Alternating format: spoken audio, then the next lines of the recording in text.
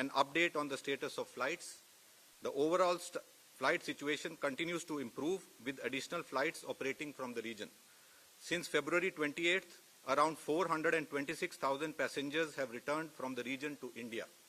During this period, a total of 2,149 flights, including scheduled and non-scheduled flights of Indian as well as foreign carriers, have operated from the region to India.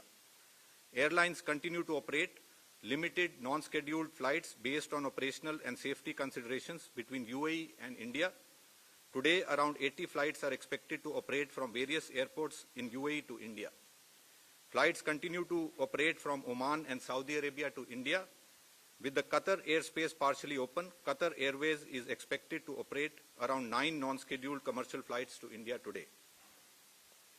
Kuwait and Bahrain airspaces remain closed. Special non-scheduled commercial flights of Jazeera Airways of Kuwait are operating from the Al Qaisuma Airport in Saudi Arabia, and Gulf Air of Bahrain is operating from Dammam Airport of Saudi Arabia to various destinations in India.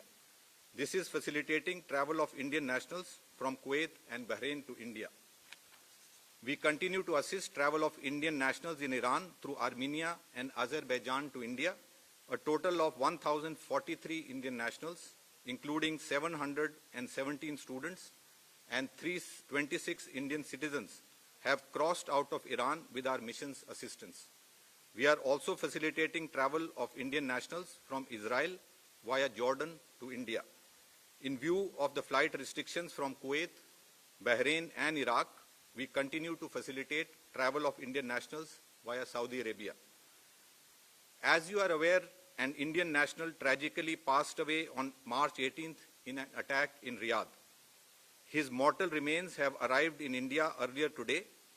We have been in regular touch with the family and express our deepest condolences to them at this difficult time.